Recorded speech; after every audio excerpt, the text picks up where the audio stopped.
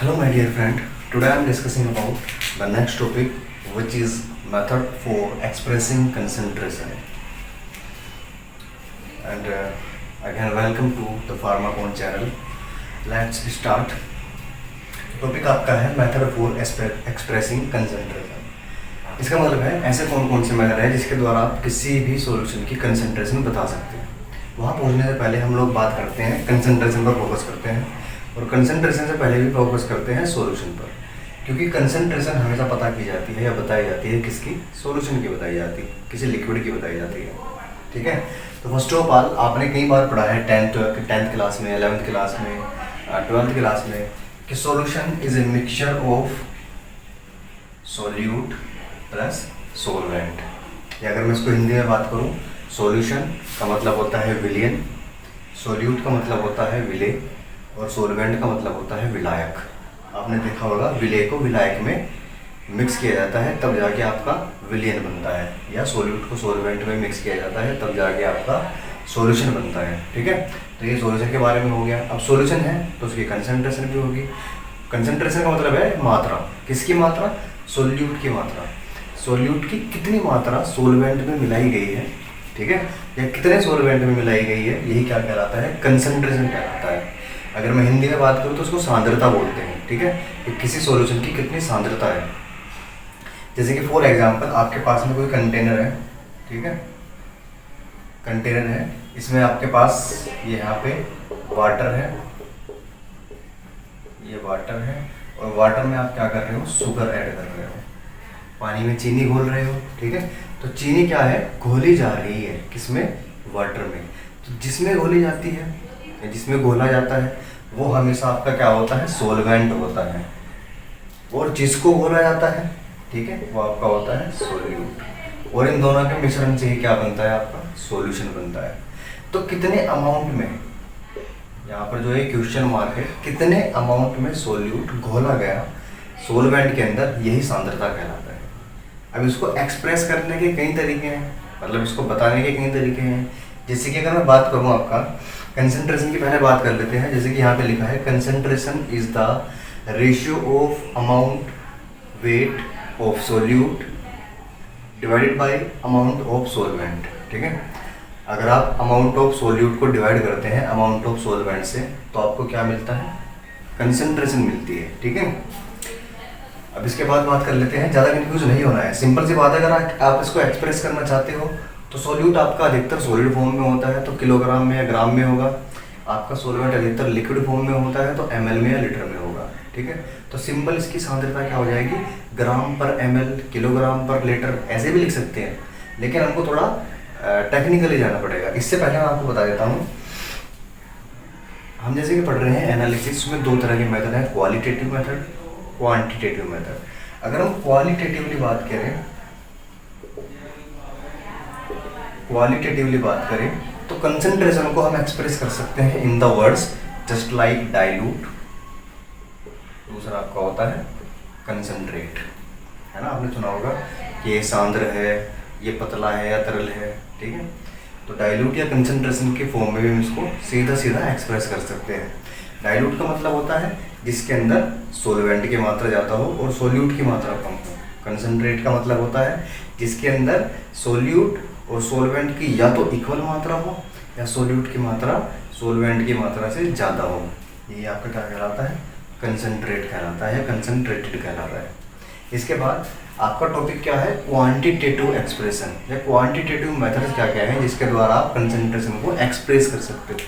तो यहाँ पे कुछ मेथड लिखे हैं आपके, जैसे कि आपने पढ़ा भी होगा 12th क्लास में, नॉर्मलता, मोलरता।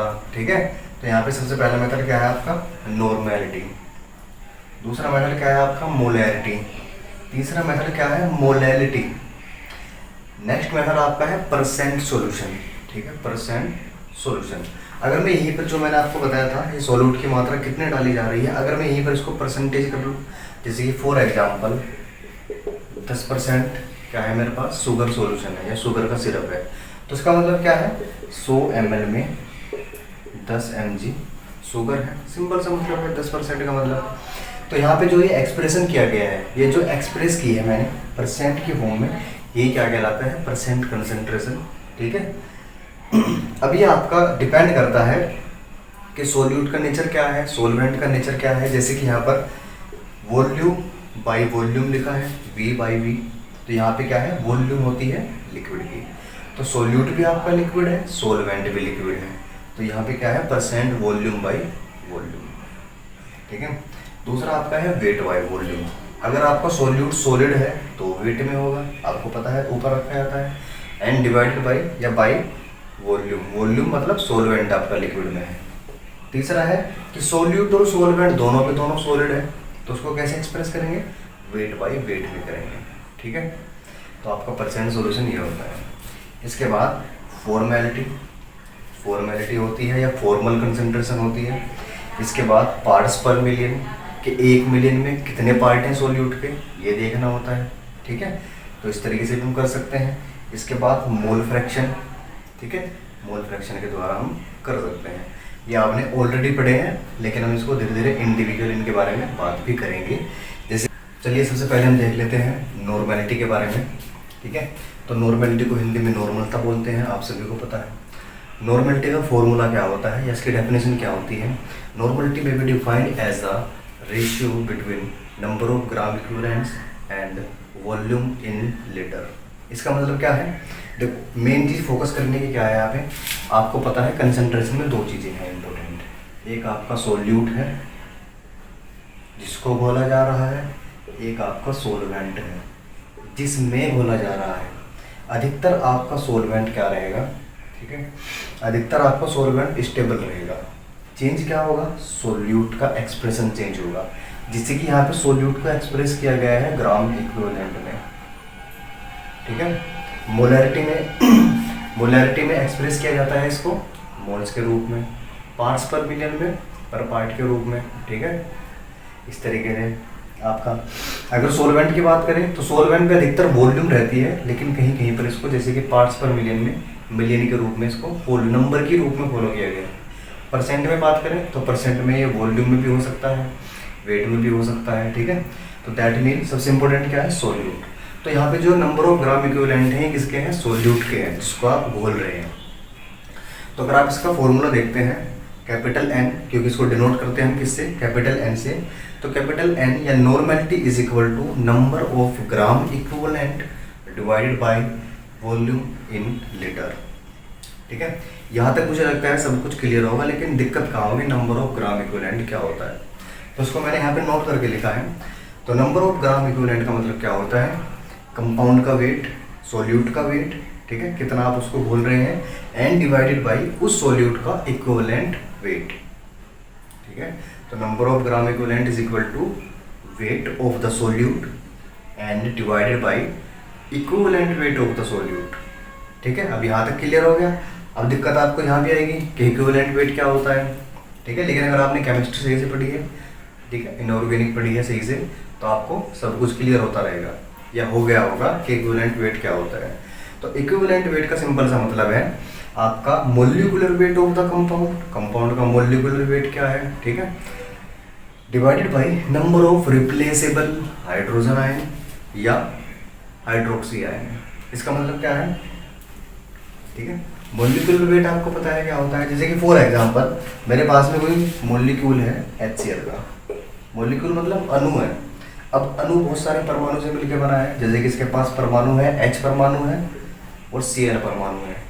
तो सभी के सभी परमाणुओं का मोलिकुलर वेट जोड़ दीजिए या एटॉमिक मास जोड़ दीजिए। एटॉमिक मास जोड़ते जाओगे तो क्या मिलेगा आपको, फाइनली मोलिकुलर मास मिलेगा। ठीक है। जैसे कि यहाँ पे इसका कितना है, 1 होता है हाइड्रोजन का और 35 होता है क्लोरीन का, तो उसका सिंपल सा मोलिकुलर वेट निकल के आएगा 36। लेकिन हम फोकस किस पे कर रहे हैं, इक्विवेलेंट वेट पे। तो इक्विवेलेंट वेट में क्या है, सबसे नीचे वाला पॉइंट इंपॉर्टेंट है, number of replaceable hydrogen ion या हाइड्रोक्सी आयन। ठीक है। तो ये इक्विवेलेंट वेट बेसिकली निकाला किसका जाता है, बेस का, एसिड का। ठीक है। इन दोनों का निकाला जाता है। अगर फॉर एग्जाम्पल मैं HCl की बात करता हूँ, यहीं पे हम ले लेते हैं HCl को। अगर आप इसको आयोनाइज करते हो तो ये आयोनाइज होने के बाद में एक H+ आयन देता है और एक Cl- आयन देता है। ठीक है। तो रिप्लेसेबल H+ आयन कितने हैं इसके पास, रिप्लेसेबल मतलब जो बाहर निकल जाएंगे, ठीक है, जो सप्लाई हो जाएंगे, तो वो कितना है, 1 है। सिंपल आपको क्या करना है, इसके मॉलिक्यूलर वेट जो कि 36 था, इसको रिप्लेसेबल आयन, इसके पास OH तो नहीं है, सिर्फ H+ है, उसकी क्वांटिटी से इसको डिवाइड कर देना है। तो सिंपल सा क्या होगा, HCl का इक्विवेलेंट वेट आपका 36 ही रहेगा। दूसरा एग्जांपल हम लेते हैं H2SO4 का। जिससे कि अगर आप H2SO4 यहीं पे दिखा देते हैं, आपने देखा भी होगा, अगर आप H2SO4 की रिएक्शन करते हैं, आयोनाइजेशन करते हैं, तो ये H+ 2H+ plus SO4 minus minus में टूटता है। अगेन इसके पास में कोई OH- नहीं है, लेकिन इसके पास में H+ है, और कितने हैं, 2H+ है। ठीक है, तो नंबर ऑफ रिप्लेसेबल H+ कितने हो गए, 2 हो गए। अब H2SO4 का मॉलिक्यूलर वेट होता है आपका 98। आप इसको कैलकुलेट भी कर सकते हैं इजीली, जैसे कि हमने यहाँ पे HCl का कैलकुलेट किया है। तो आप क्या करिए, यहाँ पे H2SO4 का कैलकुलेट कर लीजिए।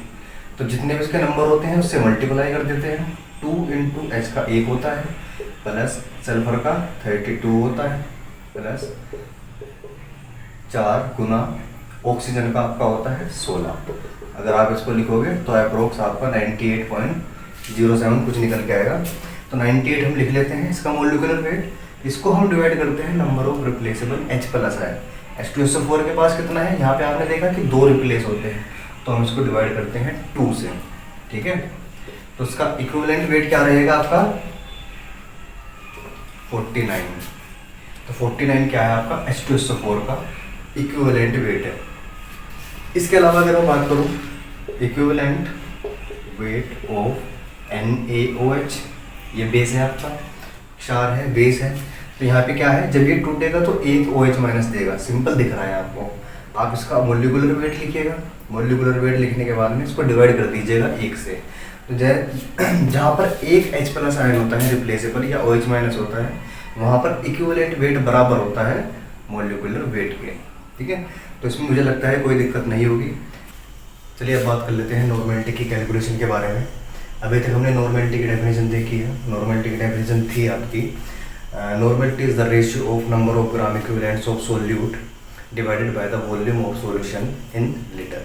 ठीक है, लेकिन अगर आपसे फॉर एग्जांपल कोई एग्जामिनर या कोई भी आपका टीचर पूछ लेता है कि आप लोग एक नॉर्मल सॉल्यूशन बना के दिखाइए, प्रैक्टिकल में पूछ लेता है कि सिंपली एक नॉर्मल HCl का, H2SO4 का या किसी भी कंपाउंड का सॉल्यूशन कैसे बनाएंगे। ठीक है, तो उसने आपको नॉर्मेलिटी दे दी पहले ही। उसने नॉर्मेलिटी क्या दी, एक नॉर्मल। तो अब आपको क्या है, आपको कुछ अलग मेथड्स अपनाने पड़ेंगे। जैसे कि यहाँ पे कुछ फॉर्मूले लिखे हैं आपके, मैंने सिंपल सा एक एग्जांपल लिया है, how to prepare 1 normal HCl solution. कैसे आप 1 नॉर्मल HCl सॉल्यूशन बनाएंगे। तो सबसे पहला स्टेप आपका है, यहाँ पे फर्स्ट स्टेप आपका है बाय यूजिंग, एक फॉर्मूला होता है आपका W is equal to NeV divided by 1000, जहाँ पे W का मतलब होता है वेट ऑफ सोल्यूट, N का मतलब है नॉर्मेलिटी ऑफ सॉल्यूशन, E का मतलब होता है equivalent weight of solute, V का मतलब होता है वॉल्यूम ऑफ सॉल्वेंट या सॉल्यूशन। ठीक है, अब उसने क्या किया आपको, उसने आपको नॉर्मेलिटी दे दी। ठीक है, अब उसने कंपाउंड का नाम तो बोलेगा कि इसका बनाना है, तो कंपाउंड का नाम जैसे आपको पता लगेगा आप उसका इक्विवेलेंट वेट निकाल सकते हो, जैसे कि हमने बात कर रखी है इसके बारे में। ठीक है, वॉल्यूम अगर कोई नहीं देता है आपको, ठीक है, फॉर एग्जांपल पहले वैसे तो बेसिकली वॉल्यूम दी जाती है कि इतने ml का बनाइए, ठीक है, इतने ml का बनाइए, लेकिन अगर नहीं भी देता है तो स्टैंडर्ड वॉल्यूम आपकी हमेशा 100 ml रहेगी। आपको एज्यूम क्या करनी है, 100 ml करनी है। तो हम यहाँ पे वैल्यू पुट कर लेते हैं, जैसे कि W का मान हमको निकालना है, कितना वेट यूज़ करना है, वेट इंपॉर्टेंट है। तो N उसने कितना दिया है 1, 36 क्या है उसका इक्विवेलेंट वेट है, क्योंकि आपका वन बेसिक एसिड है। ठीक है, क्योंकि एक ही हाइड्रोजन आयन को रिप्लेस करता है, तो 1 से डिवाइड करेंगे 36 ही आएगा। इसके बाद 100 क्या है, आपने एज्यूम किया है कि वॉल्यूम उसकी 100 रहेगी डिवाइडेड बाई 1000। 1000 मतलब ये फॉर्मूला आपका लीटर में होता है, इसलिए इसको ml में कन्वर्ट करना पड़ता है। यहाँ पे इसको कैलकुलेट करने के बाद आपकी वैल्यू आएगी 3.6 ग्राम। ठीक है, तो सिंपल क्या है, आपको 3.6 ग्राम HCl लेना है, उसको 100 ml पानी में घोलना है, जिससे आपका एक नॉर्मल का सॉल्यूशन बन जाएगा। सिंपल सी बात है। लेकिन यहाँ पे दिक्कत क्या है, HCl आपका एसिड होता है जो कि लिक्विड स्टेट में होता है, तो आपको ml में लेना पड़ता है। ठीक है, तो ग्राम ml कभी इक्वल नहीं होते, तो इसका एक सिंपल सा ट्रिक है आपका। उससे पहले हम यहाँ पे देखिए, आपको पता है आपने फिजिक्स में पढ़ा होगा कि वॉल्यूम इज इक्वल टू या आयतन बराबर द्रव्यमान बटे घनत्व। ये पढ़ा है ना आपने कि आयतन बराबर द्रव्यमान डिवाइडेड बाय घनत्व, यानी कि volume is equal to mass upon density. ठीक है, आपको वॉल्यूम निकालनी है, मास आपको पता है, जैसे कि 3.6 ग्राम आपको यूज़ करना है, ये क्या है, मास है। डेंसिटी, आपको हर कंपाउंड की स्पेसिफिक डेंसिटी या स्पेसिफिक ग्रेविटी पता होना चाहिए। स्पेसिफिक ग्रेविटी डेंसिटी को ही बोलते हैं। ठीक है, जैसे कि मैं बात करूं HCl के केस में, तो HCl की डेंसिटी होती है आपकी 1.19 ग्राम पर ml। ठीक है, तो आपको क्या करना है, 3.6 ग्राम को 1.19 से डिवाइड कर दीजिए, जो भी वैल्यू निकल के आएगी वही क्या होगा, आपका आयतन होगा, वॉल्यूम होगी। तो इतने ml आपको यूज़ करने हैं। ठीक है, एक तरीका ये आपका, जैसे कि हमने यहाँ पे देखा है, यहाँ पे हमने 36 ग्राम को इसकी डेंसिटी से डिवाइड किया है। 36 ग्राम यूज़ किया जाता है 1000 ml बनाने के लिए, 3.6 ग्राम यूज़ किया जाता है 100 ml बनाने के लिए, एक नॉर्मल, और 36 ग्राम 1000 के लिए। तो हमने इसको डिवाइड किया, तो यहाँ पे वैल्यू आपकी आती है 30.25 ml। ठीक है, तो 1000 ml में आपको कितना ml डालना पड़ेगा, 30.25 ml। अब देखो यहाँ पे 36 से डायरेक्ट कितना हो गया, 30.25 ml। तो बहुत डिफरेंस आ जाता है ग्राम और ml के केस में, तो आपको ml में कन्वर्ट करना जरूरी है। उसके लिए सिर्फ आपको एक ही चीज़ इंपॉर्टेंट है, आप उसकी डेंसिटी याद रखिए, या फिर आप लोग किसी बुक को प्रेफर करके देख सकते हैं। इसके बाद अगर हम बात करते हैं दूसरे तरीके से, ठीक है, तो दूसरा यानी मोस्ट इंपॉर्टेंट तरीका आपका है नॉर्मेलिटी इक्वेशन के द्वारा। नॉर्मेलिटी इक्वेशन होती है आपकी N1V1 बराबर N2V2। ठीक है, and most of the case जितने भी आपके लैब में या जितने भी आपके स्टैंडर्ड कंसनट्रेटेड HCl होते हैं, जो आपने लैब में बोतल रख के देखी होगी, उसके ऊपर लिखा रहता है 36%। 36% का मतलब क्या है, 1000 ml में 36 ग्राम या 36 ml आपका क्या है, इसमें HCl ऐड किया गया है। या नॉर्मलिटी के केस में बात की जाए तो 11.6 नॉर्मल, वो आपका कितना नॉर्मल, कितना कंसनट्रेट होता है, 11.6 नॉर्मल, स्टैंडर्ड की बात कर रहे हैं। अब आपको बनाना कितना है, एक नॉर्मल। ठीक है, तो आप एक फेस इक्वेशन की एक तरफ कंसंट्रेटेड मान लीजिए, इक्वेशन की दूसरी तरफ डाइल्यूटेड, मतलब आपको उसको डाइल्यूट करना है, बनाना है। तो N1 11.6 स्टैंडर्ड वैल्यू है आपकी, याद रखना है। ठीक है, क्योंकि इसी से आपका बहुत कुछ निकल जाएगा। तो N1 की वैल्यू कितनी है, 11.6। V1 आपको निकालना है, क्योंकि वॉल्यूम कितनी यूज करके बनाओगे, ये तो मेन चीज़ है। 1 नॉर्मल डाइल्यूटेड, क्योंकि आपको एक नॉर्मल बनाना है। वॉल्यूम नहीं दिए तो हमने कितना एज्यूम किया है, 100 ml। तो फाइनली कैलकुलेट करके आपके पास आएगा 8.6 ml। इतना ml इस्तेमाल करके आप लोग 1 नॉर्मल HCl बना सकते हो, किसमें, 100 ml में। ठीक है, अब यहीं पे अगर आपको 2 नॉर्मल बनाना होता तो उसकी जगह पे 2 रख दीजिए। अगर आपको 0.1 नॉर्मल बनाना होता तो 0.1 रख दीजिए। लेकिन ये वैल्यू आपकी स्टेबल रहेगी HCl के केस में। ठीक है, H2SO4 के केस में ये वैल्यू चेंज हो जाती है, ये आप लोगों को देखना है। That's all about the calculation of normality. इसके अलावा और बहुत सारे तरीके हैं, लेकिन मुझे लगता है इन 2 तरीके से आप लोग अपनी हर एक प्रॉब्लम सॉल्व कर सकते हो। Now move on to the molarity. This is the second one methods to express the concentration. Molarity को हम मोलरता भी बोलते हैं हिंदी में। तो मोलैरिटी की डेफिनेशन क्या होती है आपकी, number of moles of solute dissolved in 1 litre solution. ठीक है, लगभग ये नॉर्मेलिटी के जैसा ही है, लेकिन वहाँ पे क्या है, नंबर ऑफ ग्राम इक्विवेलेंट है, यहाँ पे क्या है आपका, नंबर ऑफ मोल्स है। ठीक है, तो नंबर ऑफ मोल्स लग जाएगा तो आपका क्या हो जाएगा, मोलैरिटी हो जाएगा। तो इसको डिनोट करते हैं हम लोग कैपिटल M से। इसको डिनोट करते हैं कैपिटल M से डिनोट करते हैं। Capital M is equal to the number of moles of solute divided by 1000 ml of solution. यहाँ तक आपका क्लियर है। इसके बाद दिक्कत क्या आएगी, मोल्स क्या होते हैं। तो मोल्स का सिंपल सा मतलब होता है, आप जितना वेट यूज कर रहे हो कंपाउंड का, उसको डिवाइड कर दीजिए उसके मोलिकुलर वेट से। ठीक है, तो आपको मोल्स की वैल्यू पता लग जाएगी।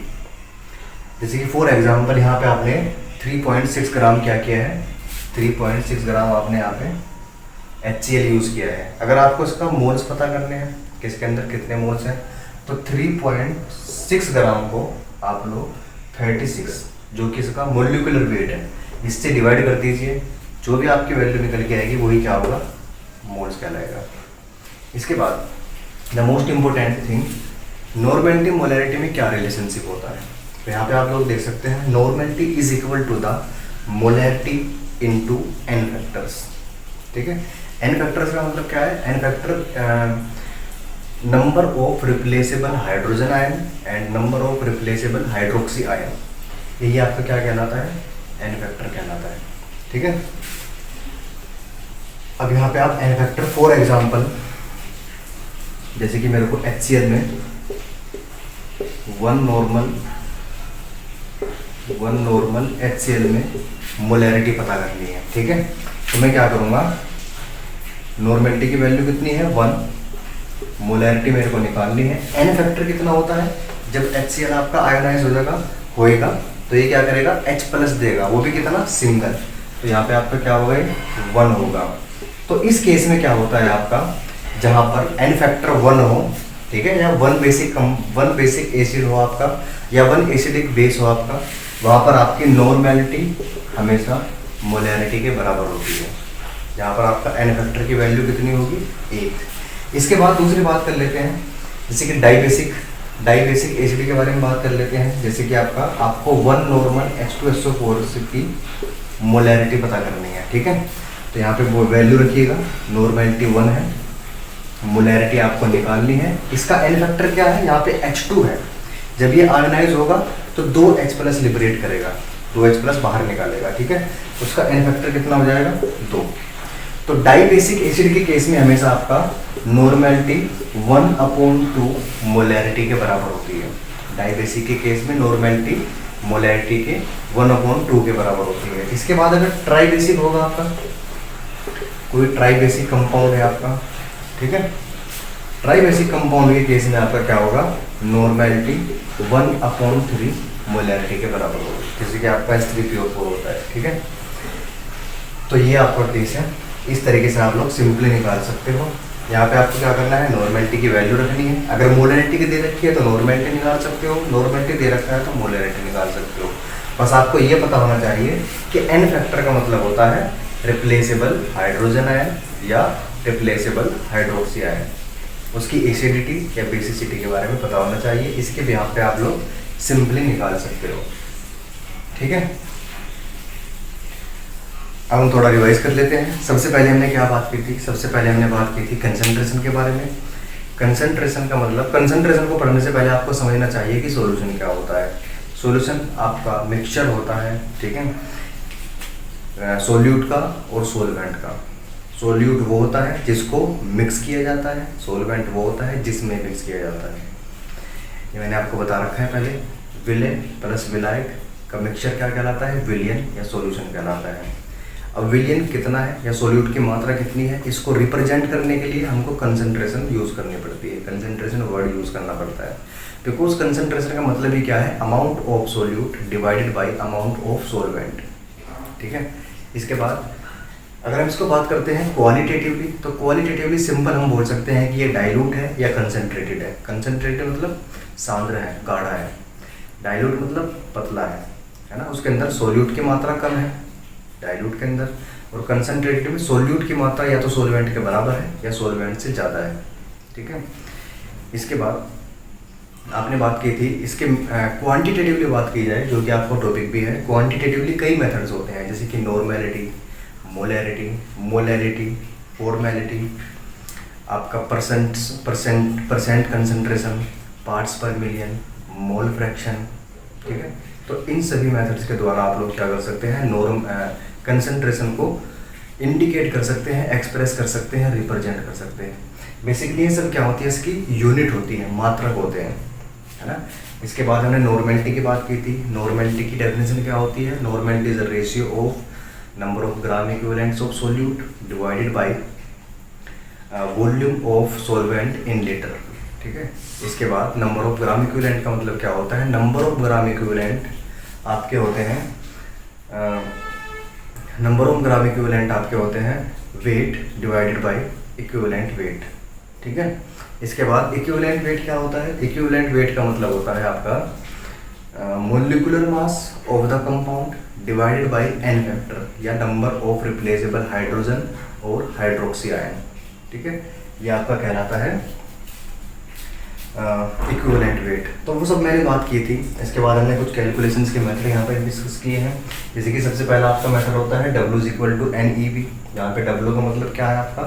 वेट ऑफ सोल्यूट, N मतलब नॉर्मेलिटी, E का मतलब होता है equivalent weight of the solute, V का मतलब होता है वॉल्यूम ऑफ द सॉल्यूशन। इसमें आप वैल्यू पुट करके सिंपली आप इसको निकाल सकते हो, या सिंपल आप इस इक्वेशन को यूज करके भी निकाल सकते हो, N1V1 बराबर N2V2। बट आपको क्या है, जिसका भी आपको निकालना है आपको उसकी स्पेसिफिक या स्टैंडर्ड वैल्यू पता होनी चाहिए। जैसे कि HCl की केस में कितनी होती है? 11.6 ग्राम। इसको आप लोग किसी बुक से, इंडियन फार्माकोपिया से, डायरेक्ट स्टोर रूम में जाके, केमिकल स्टोर रूम में जाके वहाँ पे देख सकते हैं कि H2SO4 की बोतल के ऊपर क्या लिखा है, या किसी अदर एसिड के या बेस के ऊपर क्या लिखा है। वहाँ से आप वैल्यू निकाल के सिंपल इसको इस कैलकुलेशन के द्वारा, इस इक्वेशन के द्वारा कैलकुलेट कर सकते हो। ग्राम को ml में कन्वर्ट करने के लिए क्या करना पड़ता है? आपको volume is equal to mass upon density, इस फॉर्मूला को यूज करना है। और फाइनली आप लोग ग्राम को in the case of liquid state ml में कन्वर्ट कर पाएंगे। बट आपको डेंसिटी का मान पता होना चाहिए। इसके बाद मोलैरिटी इज आल्सो एक यूनिट ऑफ कंसंट्रेशन। इसमें क्या होता है? मोलैरिटी की definition number of moles of solute dissolved in 1 litre of solvent. इसको डिनोट किया जाता है कैपिटल M से, जैसे कि आपका यहाँ पे फॉर्मूला दिखा है। मोल्स का मतलब होता है आपका वेट ऑफ सोल्यूट, जितना आप यूज़ कर रहे हो, divided by molecular weight of solute. अगर आप इस फॉर्मूला पे चलते हैं तो फाइनली आपको मोल्स मिल जाते हैं। इसके बाद the most important thing, relationship between normality and molarity. Normality is equal to the molarity into N factor. N factor means the number of replaceable hydrogen ion और हाइड्रोक्सी आयन, ठीक है। जैसे कि यहाँ पे आपको एग्जांपल भी दिए गए हैं। 1 नॉर्मल HCl में कितनी मोलैरिटी होगी? सिंपल बात है, नॉर्मेलिटी की वैल्यू यहाँ पे रख दीजिए, मोलैरिटी आपको निकालनी है। एन फैक्टर का मतलब है एक H+ बाहर निकालेगा रिएक्शन के दौरान, तो एक बराबर एक, यानी कि जहाँ पर भी आपका 1 बेसिक एसिड हो रहा है, ठीक है, तो वहाँ पर आपकी नॉर्मेलिटी हमेशा मोलैरिटी के बराबर होती है। जहाँ पर डाई बेसिक होते हैं, मतलब कि 2 हाइड्रोजन निकालते हैं, तो वहाँ पर डाई बेसिक एसिड होते हैं यहाँ पे, तो वहाँ पर ये आपका 1/2 मोलैरिटी के बराबर होता है। Normality is equal to the half of molarity, ठीक है। ट्राई बेसिक के केस में 1/3 ऑफ द मोलैरिटी इसके इक्वल होता है, ठीक है। तो that's all about the normality and molarity. I hope आप सभी लोगों ने इसको अच्छे से समझा होगा। मैं जो आपको बताना चाह रहा था आप लोगों ने ऑब्जर्व किया होगा, अंडरस्टैंड किया होगा। फिर भी आप लोग अपनी तरफ से भी प्रैक्टिस करके देखिएगा। किसी को कोई भी दिक्कत आती है तो please mention in the comment box, I will try to solve it. And thank you.